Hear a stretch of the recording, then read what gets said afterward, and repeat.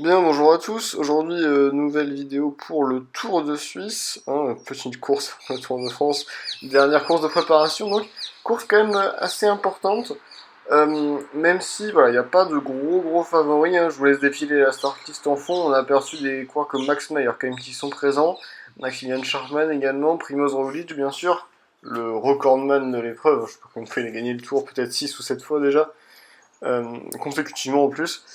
Bon, il va essayer d'aller chercher un énième succès sur les routes du Tour de Suisse qui commence par un prologue assez vallonné, hein, qui est assez difficile, qui pourrait déjà voir un favori prendre le maillot de leader.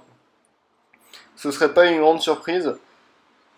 On va voir, euh, on va voir les forces en présence. On va avoir un premier aperçu de qui peut concurrencer Roglic, qui vraiment fait figure de favori là, alors qu'André Ponomar, tiens.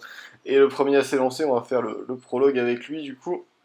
André Ponomar, bien sûr, légende du RP, hein, grâce à son maillot rose, parce qu'il n'a même pas gagné une étape sur le Giro, alors que, alors que son DS n'était pas au courant qu'il y avait la course. Meilleur temps donc pour André Ponomar, c'est normal, c'est le premier à s'élancer. On va regarder un petit peu, parce que dans les premiers, il y a des leaders, hein. On peut penser notamment à des coureurs comme Simon Yates ou voilà, Arminio Saucedo, qui fait partie des premiers coureurs à s'élancer, qui peut viser un top 10 au classement général. Pour Romain Munoz, ce sera un peu compliqué. Mais pour Saucedo, s'il ne perd pas trop de temps sur les premiers jours, il peut s'accrocher. Vraiment, je vous dis, 79 montagnes, ça doit être à peu près le niveau d'un favori moyen sur ce tour. On aperçoit à l'arrivée un Saucedo de deuxième temps à 9 secondes. Ponomar qui a quand même fait un bon chrono, parce qu'il a mis pour l'instant 10 secondes à tout le monde. On va regarder comment Simon Yates se débrouille après un Giro contrasté. Il avait très bien commencé avant de se foutre en l'air tout seul. Simon Yates, hein, puisqu'il était parti dans des échappées au long cours alors qu'il était dans le top 10 du général, c'était un petit peu con. Et Simon Yates qui perd une dizaine de secondes lui aussi. J'ai l'impression que le temps de Saucedo est solide, alors que McNulty qui est arrivé a perdu une dizaine de secondes sur Ponomar. Ponomar qui tient pour l'instant. Hein. On va arriver, je vous ai mis un énorme cut là, hein, pour passer parmi les leaders. Marston dans le même temps que Ponomar. Non, 3 secondes, pardon, 3 secondes de concéder Marston. Ponomar qui est toujours en tête. Peut-être Marco Brenner qui a le premier temps. À l'intermédiaire, dans le même temps. Ah, ok, toujours. Pour l'instant, Ponomar qui est toujours en tête. C'est quand même, si Ponomar gagne, franchement, les gars, c'est incroyable. Benjamin Weger qui s'élance maintenant. Polit, c'est pas lui qui va ravir le temps. Sanderson non plus, parce qu'on n'est pas sur un chronoplat. Niklas Egg. Niklas Egg qui va tenter de limiter la casse. Pour l'instant, ça se passe pas trop mal pour le Danois. Une vingtaine de secondes de perdu. Daniel Arroyave, 14 secondes. Sam Bennett, on s'en fout. Ferré. Ah, Ferré qui prend le meilleur temps. Est-ce que Ferré peut aller chercher la victoire d'étape aujourd'hui? Et donc le maillot de leader, ou est-ce que c'est André Ponomar qui va le revêtir? Et non, Ferré, attendez, dans le même temps. Moi je pense que Ferré va quand même gagner. Oh, il y a du suspense. Si, franchement, j'espère que Ponomar est en tête. Alors qu'on aperçoit les derniers favoris qui arrivent là. Max Mayer, mais vous voyez, il n'y a pas de gros leaders en général. Hein. Si vous regardez le classement du prologue, Max Mayer qui perd un peu de temps.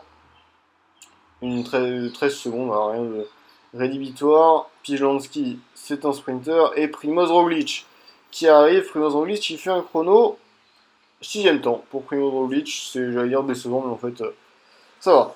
Pour Roglic, on ne gagne pas l'étape, mais ce n'est pas très grave. Alors que regardez, voilà, il y avait un petit bug, donc je vous ai mis un screen de je n'avais pas pris, donc ça me faisait marrer comment ils apparaissaient du podium, les gars. Donc Ferré qui remporte l'étape malheureusement devant Ponomar, franchement, je suis deg.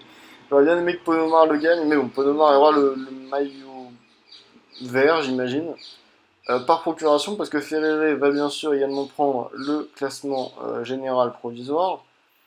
Ponomar est meilleur jeune. Ah, il y a pas de maillot vert, d'accord, donc c'est Ponomar est meilleur jeune. Très bien. Comment se fait qu'ils sont encore meilleurs jeunes d'ailleurs il a 25 ans là. On va vérifier. On va vérifier. En tout cas, on arrive dans une étape qui peut déjà faire des dégâts. Elle est classée Vallon par le jeu. Ça m'a l'air correct, mais cependant, il y a quand même ce col hors catégorie. Hein. Ce, ce col hors catégorie qui est placé certes assez loin de l'arrivée, mais qui peut quand même un petit peu. Voilà, on commence le tour par un col hors catégorie en règle générale. Ça donne quand même le ton de l'étape et de l'épreuve. Alors que l'échappée qui peine un peu à sortir. On a vu Duby, Casmulen et Champoussin qui ont tenté quelque chose, et j'ai l'impression que c'est ce groupe-là qui va sortir. C'est ce groupe-là qui est sorti, alors qu'on arrive au sommet du Simplon Pass, pardon, 27 km à 6% de moyenne, hein, quand même. Un gros morceau, mais dans le peloton, voilà, on laisse faire pour l'instant les équipiers et les sprinters. On n'a aucune envie de durcir la course dès maintenant, même si certains coureurs comme Hugo Toumia sont distancés.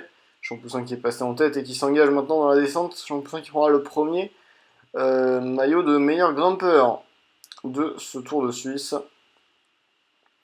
Bon, comme il ne s'est rien passé, je vous ai fait un énorme cut et on se retrouve dans le final avec l'équipe BNB qui roule. BNB qui roule pour Lenny Martinez, hein, dont on n'a pas encore parlé, mais voilà, qui peut quand même faire figure de presque favori, j'ai envie de dire. C'est presque le deuxième favori, Lenny Martinez, tellement la concurrence est faible sur ce Tour de Suisse, où les gens ont choisi de ne pas aligner forcément leur leader. J'imagine que le Dauphiné euh, a été, enfin je sais pas, moi je l'ai pas encore vu le Dauphiné au moment où je tourne cette vidéo, beaucoup plus relevé. Ensuite on a une attaque là avec Sharkman qui est sorti, Martinez et l'autre je n'ai pas vu, mais c'est Androni, je crois que c'est... Non, c'est Yates. Ouais, c'est assez logique, c'est les trois équipes qui roulaient depuis le début de la journée, avec l'équipe du maillot jaune bien sûr, AG2R. Mais voilà, Lenny Martinez qui contre dans Verbier, Sharkman et Yates qui ont l'air un petit peu en difficulté là. Le peloton qui est en train de revenir au train par l'intermédiaire des Torreyes. Lenny Martinez qui a fait un petit trou là, 30 secondes d'avance pour le jeune français. 20ème pour l'instant du classement général. Je suis pas sûr qu'il arrive quand même à tenir. Il a l'air d'être lancé dans un gros effort, même s'il gère. Il gère, derrière on laisse faire les équipes. Il y a Antonin Jalabert pour l'instant qui se porte à l'avant du peloton. Et ça roule pas non plus des masses, hein. Maurice Kanganji qui y va. Maurice Kanganji qui roule pour lui-même, hein. C'est peut-être même une accélération là pour Kanganji. Roglic qui est un petit peu moins bien placé là. Le Slovène.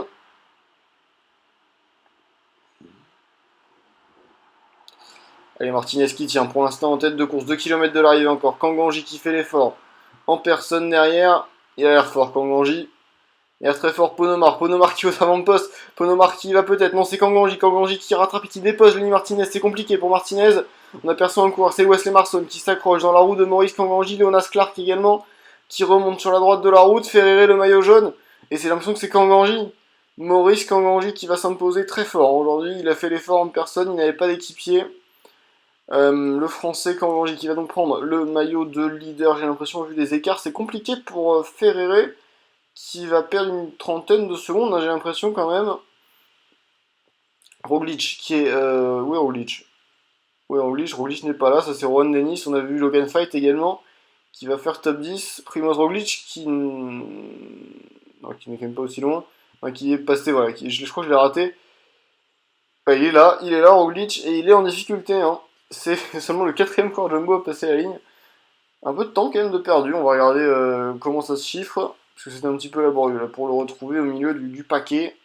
En tout cas, grosse performance de Kanganji et de Leonas Clark, hein, vous voyez, mais c'est vraiment ce genre de coureur qu'on devrait savoir disputer les victoires d'étape, hein, puisque derrière, on n'a encore une fois pas de grosse tête de série, ça va être intéressant, hein. C'est un tour qui est du coup très homogène, avec des coureurs voilà, autour des 80 montagnes, 79-80. C'est des coureurs qu'on n'a pas l'habitude de voir forcément performer au plus haut niveau du World Tour, et c'est intéressant. Du coup, Kanganji qui s'impose, je crois qu'on l'a assez dit. C'était aussi pas de bug sur le podium. Croton qui fait quatrième d'ailleurs à souligner. Logan Fight qui prend la 5ème place du classement général. Roglic qui n'est pas dans le top 10, ça veut dire qu'il a déjà plus de 50 secondes de retard, hein, sur le maillot jaune. Alors certes, il y a le contre-la-montre de 40 km, mais s'il affiche un tel niveau en montagne, ça va être compliqué, pardon, d'accroître encore le record. On va regarder le temps perdu. Roglic, c'est 1 minute. 1 minute tout pile. Merde, je sais pas ce que je voulais faire. 1 minute tout pile de perdu sur le vainqueur du jour. Qui a quand même une avance confortable déjà au classement général avec les bonifications. 35 secondes à peu près sur Ferrere. Alors qu'on arrive sur une étape qui est classée plat. Oui, bah alors c'est classé plat. Moi, si j'étais joueur, j'attaquerais, hein. Vu la descente qu'il y a dans le final. Ça peut être également une étape par exemple qui est propice au baroud vert, hein, si jamais les sprinters ne reviennent pas assez tôt sur eux, alors qu'il y a un scooter qui vient de passer devant chez moi. J'espère que ça peut être au bruit. Et l'échappée qui part en tout cas, pour l'instant c'est Amir Bouhanni qui contrôle pour Sam Bennett. On a des envies de victoire d'étape du côté du champion olympique à Paris, bien sûr. Sur un parcours qui ressemble, hein, au JO 2024 IRL, puisque je m'étais appliqué à le refaire. Alors il y a sans doute des imperfections, mais voilà, si vous voulez télécharger le parcours des Jeux 2024, que je crois que je suis le seul à avoir fait pour l'instant, n'hésitez pas à rejoindre le Discord. Alors que l'échappée est partie, on a aperçu Tonyssen et Larsen qui sont partis. Pardon, j'ai pas dit. Enfin, je dirai après du coup, mais le combatif pour l'étape d'avance, c'est bien sûr Clément Champoussin, hein. Je vais le redire pour Gamin après. Mais voilà, comme ça, si jamais il y en a qui se demandent, Clément Champoussin qui était passé bien sûr en tête du col hors catégorie. Alors qu'on arrive à 5 km de l'arrivée, on s'engage dans la descente. C'est Jorge Alonso pour l'instant qui emmène pour Pinelli. J'ai l'impression que ça a compris quand même qu'il fallait emmener assez tôt. On a le Tramonti qui se replace également au milieu de la route. Sur la gauche, c'est les Bora qui se fait un peu enfermer. On a Roma sur la droite également. Roma pour Pinelli. Pinelli qu'on a vu très, très en jambes hier, hein, au moment de disputer les sprints intermédiaires. Alonso qui est pour l'instant toujours en tête. Est-ce qu'Alonso peut tenir? Est-ce que Jorge Alonso peut tenir et résister à Pijanski? Oui. Victoire espagnole sur le Tour de Suisse. Jorge Alonso qui s'impose devant Pijanski, Pinelli et Do Paginali qui fait 4ème devant Hugo Toumir. Ça, j'avais pas vu en live que Do Paginali avait fait 5ème, c'est quand même bien marrant. Voilà. En tout cas, on voit ce que ça donne les sprints en descente, hein. Dans le PCM, c'est toujours un régal. Ferrari qui. Bon, pas de gros changements pardon, au classement. Du coup, oui, je disais, le combatif pour l'étape d'avance, c'est Champoussin. Et pour cette étape-là, c'est Larsen qui était le dernier à se faire reprendre. Je ne vous l'ai pas montré, mais c'était bien le cas, je vous demande de me croire. Alors qu'on est parti pour l'étape d'après, ça s'enchaîne très vite là. J'essaie de mettre un peu plus de rythme dans cette vidéo parce que c'est vrai que d'habitude je fais des vidéos qui sont un peu trop longues. Alors qu'on a donc l'échappée qui est partie avec Schlasov là. Alors que ça contre encore derrière. Mais ça va se faire tranquillement reprendre. Alors dans l'échappée, c'est Schlasov, c'est Dorian Meyer également. Et l'autre coureur, je ne m'en souviens plus. C'était Joe Dombrowski. Ah non, c'était Machka et Dombrowski, pardon. Schlasov, Machka et Dombrowski, voilà. Je m'en souviens maintenant. Qui se font reprendre là actuellement par le gros tempo de l'équipe Copenhagen qui roule pour Creton, hein, bien sûr. Creton qu'on a vu très très en forme sur la deuxième étape où il avait réussi à prendre la 4ème place. Il est du coup dans le top 10 du classement général. Le français qui est un peu moins en jambes, hein, quand même ces dernières années. Qui va avoir qui a de belles occasions là, de prendre une belle occasion pardon, de prendre une victoire d'étape, même si ce n'est pas bien sûr le seul prétendant, hein. On a les favoris du classement général qui sont tous très bien placés là. Pour l'instant, c'est BNB qui roule, BNB pour Lenny Martinez. Lenny Martinez qui a l'air d'avoir de bonnes jambes, hein. Ça fait 2 étapes de suite, enfin 2 étapes accidentées de suite, où il fait rouler son équipe. Allez, 20 km encore. Au début, je pensais qu'il ne se passerait rien dans cette étape, mais peut-être, hein, avec ce tempo et les favoris qui sont aussi bien placés, on peut assister à des attaques. Pour l'instant, c'est toujours Tom Skunch, le champion de Lettonie qui roule. Reconnaissable, hein, grâce à son maillot.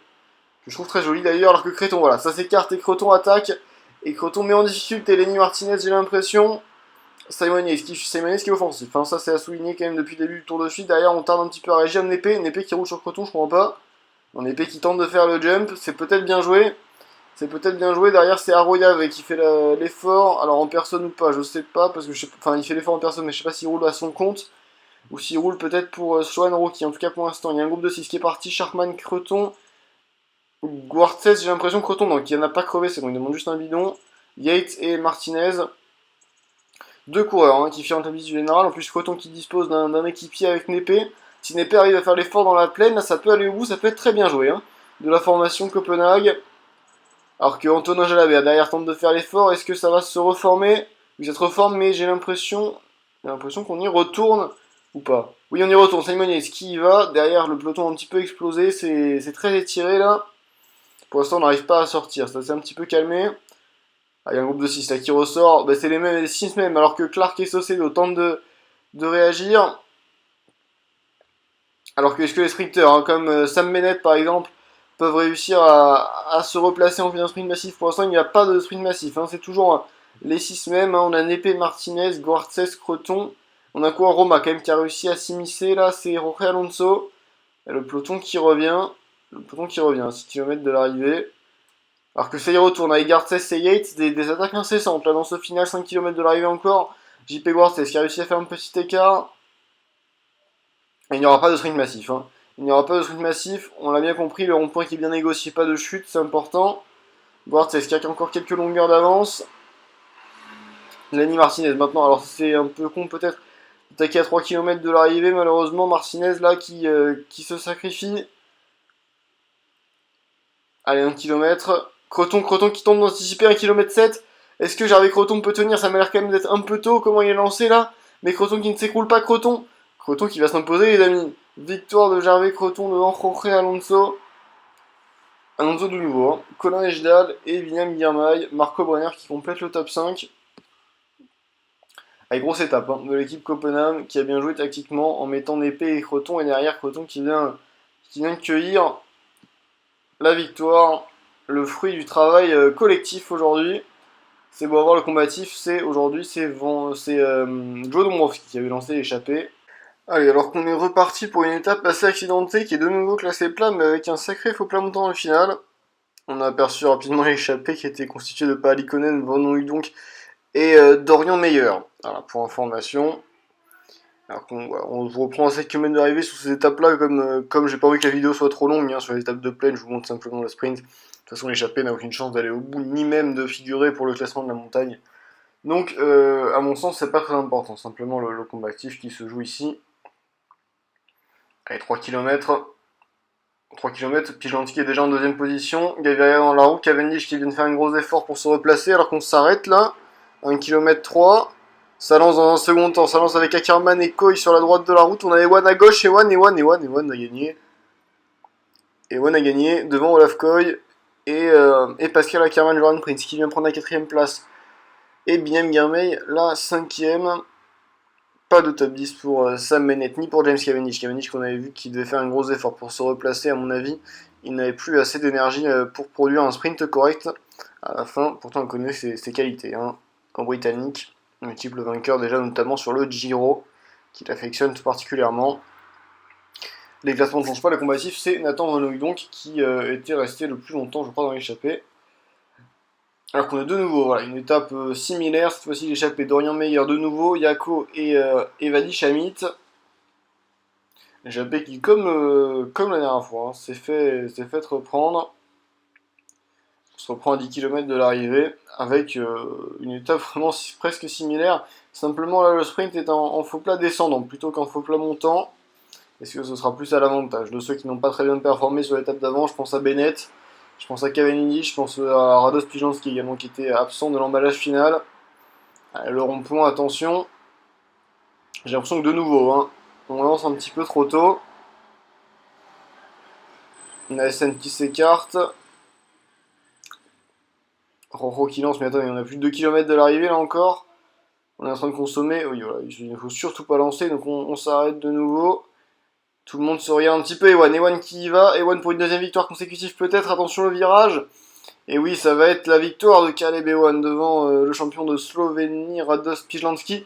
Bennett finit en troisième position et Pascal Ackerman complète le top 4. Logan Fight vient faire 5ème après sa 5ème place sur la deuxième étape qui est une étape de montagne. Ça nous prouve vraiment que c'est un coureur qui sait tout faire, Logan Fight. Également performant sur les pavés, on pense à son podium sur Paris-Roubaix bien sûr. Les classements qui ne changent pas, je crois Ewan prend simplement le classement par points. Peut-être qu'il avait déjà pris à l'étape. Non, il n'avait pas encore pris à l'étape d'avant. Ewan qui prend donc le classement par points. Et le combatif, c'est Dorian Meyer qui est dans deux échappées consécutives. Donc on va lui donner le combatif. Alors qu'on est reparti pour un contre-la-montre 33 km maintenant. Contre la montre accidentée qui devrait sourire à un favori. On va cependant se le faire quand même une fois en intégralité. Avec Benjamin Weger qui a de bonnes chances d'établir une marque référence. En tout cas pour l'instant, c'est Joseph Dolewski qui est en tête. Un peu plus de 43 minutes. Dans Benjamin Weger qui est dans la première ascension du jour là, qui va arriver au pointage intermédiaire avant de s'engager dans un faux plat descendant. Il relance bien quand même le Suisse, c'est assez accidenté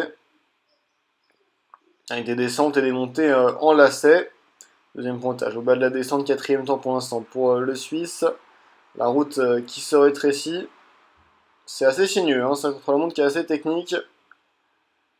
Avant une dernière partie plutôt plate qui devrait mieux convenir aux Suisses pour peut-être aller chercher la marque de référence, qui est pour l'instant établie par Tobias Foss devant Mohamed Benasser et Laninas Paprikas.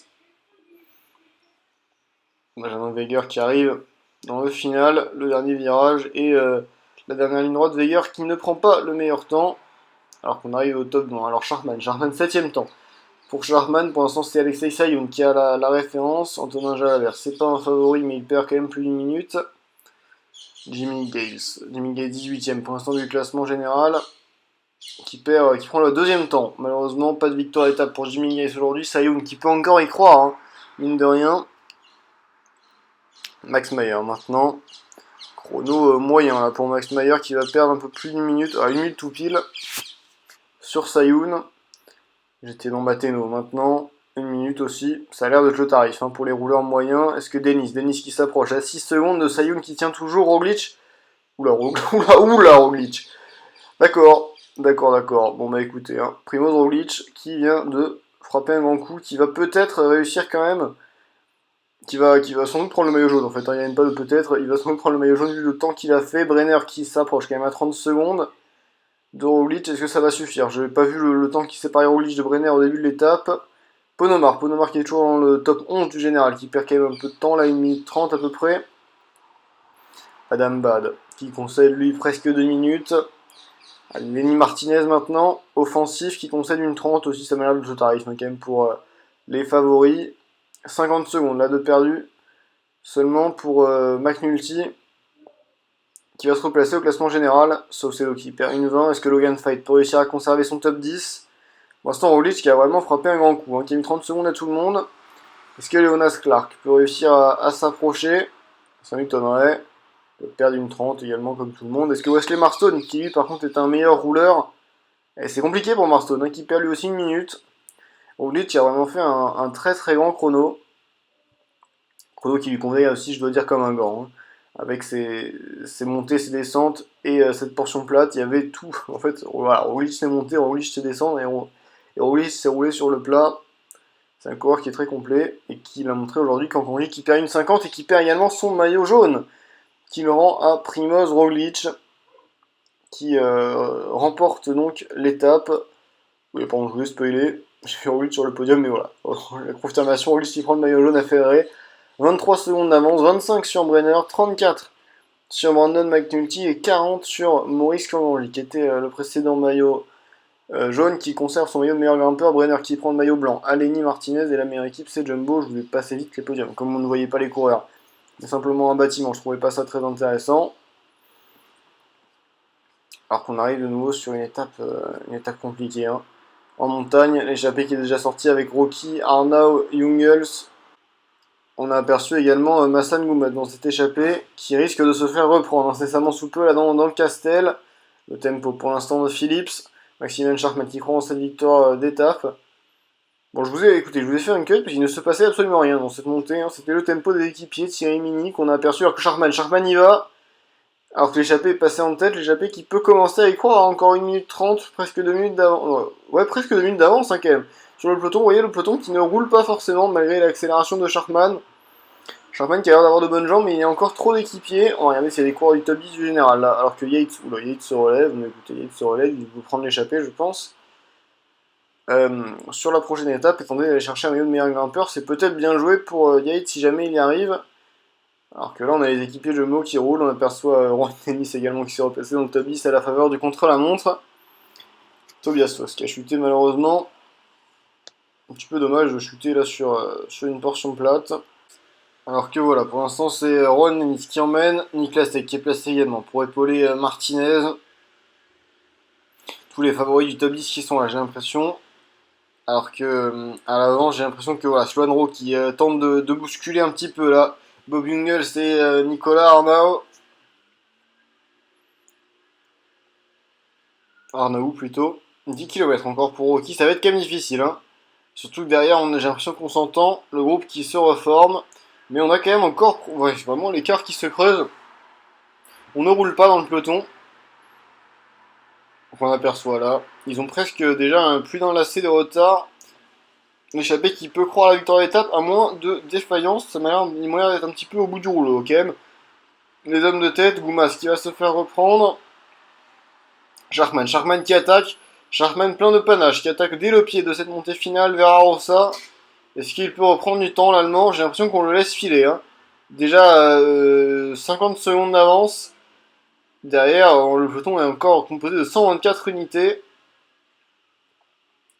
J'ai l'impression qu'on se dirige simplement vers un sprint pour tenter de provoquer des micro-cassures. Ce n'est pas comme ça que Primoz Roglic va être mis en difficulté. Où est-il d'ailleurs? Le maillot jaune. Il est un peu plus loin. Dans sa roue, on retrouve Brandon McNulty. Roglic n'est pas très bien placé là. Bon, c'est pas très grave a priori, mais attention. Si jamais, des attaques ont lieu, bon là on est proche de l'arrivée, mais il peut se prendre une cassure quand même. Roglic, il faut qu'il fasse attention à l'avance. C'est Rocky hein, qui était le plus fort. On l'avait bien vu au niveau des cinématiques de défaillance. Sloan Rocky qui va venir s'imposer ici au sommet d'Arosa. Belle victoire pour le français d'Androni. Le sprint pour la deuxième place. Enfin, le sprint en défaillance, j'ai l'impression que c'est Junge là qui est légèrement devant. Non, pardon, excusez-moi, c'était bien Nicolas Arnau qui vient faire deuxième devant Bob Jungels, Kangranji qui vient régler les favoris et Roglic. Ça va, Roglic qui avait de bonnes jambes, qui n'est simplement pas placé, qui ne va pas perdre de temps aujourd'hui, alors que Gervais Creton lui va concéder un peu plus, mais il était déjà plus en top 10 malheureusement, à cause du contre-la-montre, où il n'avait pas bien performé. C'est vrai qu'on l'avait peut-être raté, moi j'avais pas vu en tout cas que Creton s'était raté. C'est pour son exercice, il pouvait plutôt lui convenir. Rocky qui s'impose donc. Roglic qui conserve son maillot, pas de changement au classement général, ni dans les classements annexes combatifs. C'est Massan Goumas, écoutez, puisque les trois autres échappés qui sont restés longtemps ont pris des points, on va donner le combatif à Goumas. Ça me semble cohérent, pas de gros écarts. Avant la dernière étape de montagne, peut-être l'étape reine de ce Tour de Suisse avec deux cols hors catégorie, c'est deux fois le même col, alors que je ne me souviens plus de son nom. Mais en tout cas, voilà, c'est du beau programme aujourd'hui. On a aperçu hier Simon Yates qui s'est relevé. Est-ce qu'il va réussir aujourd'hui à prendre l'échappée? En tout cas, une échappée qui a du mal à partir. Alors, ça parle en tout cas avec Klopp, Izagirre, Inlay, et j'ai l'impression que c'est Calmejean, Egg, Pogacar, Springer, Burris qui y vont. Est-ce que le peloton va laisser sortir tout ça? Les échappées qui ont eu du mal à sortir. C'est ça que j'étais en train de dire depuis le début. Et ça a eu encore du mal à sortir, c'est pour ça que je vous ai mis un cut. On a Arroyav et Yates qui sont à l'avant, ils se sont fait rejoindre par Rafal Majka dans le Glanbin Pass. Et non, c'est Yates qui va passer en tête et prendre des points. Celui qui prend les points aujourd'hui, il finira meilleur grimpeur. Pour l'instant, Yates qui est en bonne voie, mais il faut quand même résister dans le deuxième, qui n'est pas le même. Hein. D'ailleurs, c'est le Glaubenberg Pass maintenant. Attention, et Yates qui va de nouveau passer en tête et qui va prendre. Alors, il est maillot jaune provisoire, mais ça, c'est pas très important. Il va surtout prendre la tête du classement du meilleur grimpeur. Voilà, c'est ce qui est affiché devant Daniel Arroyave et Rafal Maïka. Maurice Chancanli qui recule à la 4ème position. Rien de très surprenant. Merde, Marco Brenner qui est tombé. Là, aïe, la chute de Marco Brenner. On va aller le voir dans quelques instants, j'espère simplement pour lui qui n'a pas abandonné. On a vu Logan Fay qui est distancé. Leonas Clark également, on en profite de cette chute pour faire le tour. Dédistancé, Marco Brenner qui est encore plus loin malheureusement. Il était dans le peloton, le troisième du général. À 25 secondes, il avait de bonnes chances de victoire, malheureusement. C'est terrible, cette malchance qui s'abat sur Bergans, ça me fait presque sourire. Ah, c'est entre les non-up et les chutes, là, pour Brenner, qui est en train de faire une course exemplaire, qui était troisième du classement général, et qui tombe dans cette descente, malheureusement, il ne reviendra pas, je pense. Et c'est terminé, hein, désespoir de général pour Marco Brenner, et le pire, c'est qu'il n'y a même pas d'autre étape pour tenter de se refaire, malheureusement pour lui, puisque on est ici, bien sûr, sur la dernière étape du Tour de Suisse, il ne peut même pas prendre l'échappée demain. C'est vraiment le comble de la malchance. En tout cas, on a Max Mayer qui relaye, là, alors Max Mayer qui relaye pour lui, pour lui-même, je ne sais pas, en tout cas, Clark, Fight et Brenner qui sont distancés, avec, on a aperçu également, Bob Jungels qui est censé, mais en fait, c'est pas ça que je voulais dire. Je pensais qu'il y avait un autre coureur, mais en fait, non. En tout cas, les 7 coureurs du top 10 sont encore là. Roglic qui emmène. Ah non, qui n'emmène pas. J'avais pas vu Robert Klopp qui est devant, qui roule pour l'instant pour Max Sharkman, qui roule sur l'homme de tête Simon Yates dans cette montée de Sorenberg qui est plutôt un faux plat, hein, finalement. On n'aurait pas eu de grandes difficultés. Enfin, on a eu des grandes difficultés sur Tour de Suisse, mais pas dans les dernières ascensions. Hein. C'était des difficultés qui étaient assez loin de l'arrivée. Et ça résulte en des écarts très serrés, là encore, alors qu'il reste plus que 7 km. La décision n'est toujours pas faite, même s'ils ne sont plus que 9 là, dans le groupe de favoris. Le Glaubenberg Pass qui a quand même bien écrémé. Le groupe de favoris emmené maintenant par Herminio Saucedo, ça s'est reformé quelque peu. Ils sont encore 11, avec Brandon McNulty qui s'accroche en queue de groupe. C'est terminé pour Robert Klopp, alors que l'emballage final là, va être lancé. Roglic qui va à 3 km de l'arrivée, Wesley Marston qui coince un petit peu. Pour l'instant, on reste groupé, hein, malgré la demi-accélération de Roglic. McNulty maintenant qui surgit de l'arrière, 1 km 7 encore, c'est compliqué pour Simon Yates qui vient de se faire reprendre, c'est normal. 1 km encore avant le sommet, et 1 km de l'arrivée maintenant, le passage sous la flamme rouge pour l'homme de tête qui est Brandon McNulty, suivi par Mathias Hermann et Max Sharkman. Rocky peut-être pour une deuxième victoire en 2 jours pour Sloan Rocky, Ferré qui s'accroche, Roglic qui coince, attention pour Roglic à ne pas perdre trop de temps, qui va s'imposer. Est-ce que c'est McNulty, Saucedo ou Herman? J'ai l'impression que c'est Saucedo, hein. J'ai l'impression que c'est Herminio Saucedo, à moins que... Et non, c'est Mathias Hermann, victoire à Yam sur le Tour de Suisse, victoire à domicile pour l'équipe suisse du coup, devant Saucedo. McNulty qui fait 3ème, est-ce que ça va suffire pour arracher le maillot jaune à Roglic? Roglic qui a quelque peu coincé, normalement ça ne doit pas suffire, quand même, il doit rester quand même une dizaine de secondes de marge à Primoz Roglic. Ah mais incroyable, hein, de voir le Slovène coincé ici, alors que Jimmy Gales, McNulty ou Sharkman sont encore très bien. Wesley Marston qui a accusé quelque peu le coup, mais qui devrait sauvegarder son top 10. Et derrière, malheureusement, pour Leonas Clark, Logan Fight et Marco Brenner, c'est plus difficile. Fight qui va même se payer le luxe de remonter les deux leaders. Mais malheureusement, la chute aura anéanti tout espoir pour Brenner et pour Clark. C'était tout simplement les jambes qu'il manquait aujourd'hui. Et l'Américain qui pourtant faisait un bon début de tour. Et qui va quand même ramener quelques points à son équipe Huygens. Malheureusement, il a craqué une étape trop tôt. C'était l'étape de trop, hein, pour lui. Bon, je pense que Roglic va gagner le général, mais c'est quand même un général qui gagne, qui est contrasté, hein. C'est un tour paradoxal pour le Slovène qui n'a pas semblé à l'aise en montagne, toujours distancé, jamais dans le bon groupe, mais ses facultés contre la montre qui lui ont permis quand même, un peu à la manière de Bradley Wiggins en 2012, de venir s'imposer ici. Et on le voit, hein, c'est difficile pour le Slovène. On espère pour lui qu'il retrouvera de meilleures jambes en juillet pour le Tour de France. Ce serait quand même surprenant de voir Jumbo manquer sa préparation et avoir un Primoz Roglic qui arrive dans un tel état de forme sur le Tour. En tout cas, pour l'instant, il semble en retard par rapport à ses standards habituels. Le Slovène qui conserve toutefois l'avantage, hein. Au classement général, on le disait, devant Brandon McNulty, Hansen Ferrere, 3ème, Saucedo pour la 4ème place, 5ème c'est Jimmy Gale, 6ème Kangangli, 7ème Herman, c'est la faveur de sa victoire aujourd'hui, 8ème Sharkman, et le reste je n'ai pas vu. Yates qui prend le maillot de meilleur grimpeur, on l'avait dit, devant Arroyave et Maika, Arroyave qui est d'ailleurs le combatif du jour. Caleb Ewan qui conserve sa tunique de meilleur sprinter, avec une marge petite, hein, quand même, sur Jorge Alonso qui a fait un joli tour de Suisse, une fois deuxième et une victoire d'étape pour l'Espagnol, Mathias Hermann qui prend le maillot blanc, Lenny Martinez qui a craqué, hein, en cette fin de tour, notamment sur le contre-la-montre et sur cette étape de montagne. Un peu dommage qu'Alem Tailleur finit meilleure équipe. Le super combatif, c'est Henrik Larsen, puisqu'il a pris 3 échappées, je crois, en 2 jours, c'est celui qui en a pris le plus. Donc il mérite son titre de super combatif. Alors, le top 10, pardon, on dit qu'il est complété par Marston 9ème, Rocky 10ème et Lenny Martinez seulement 11ème, malheureusement. Et non, Logan Fight arrive quand même à faire 16ème, il va dire malheureusement ceux qui ont perdu du temps aujourd'hui sont très loin, mais Logan Fight arrive quand même à accrocher. Leonas Clark malheureusement n'accroche pas puisqu'il est 24ème, et pour Marco Brenner c'est encore plus loin. Et voilà, je vous fais défiler les classements, et puis voilà, cette vidéo est terminée. Moi je vous souhaite une bonne soirée, puis on se retrouvera sans doute pour le Tour de France.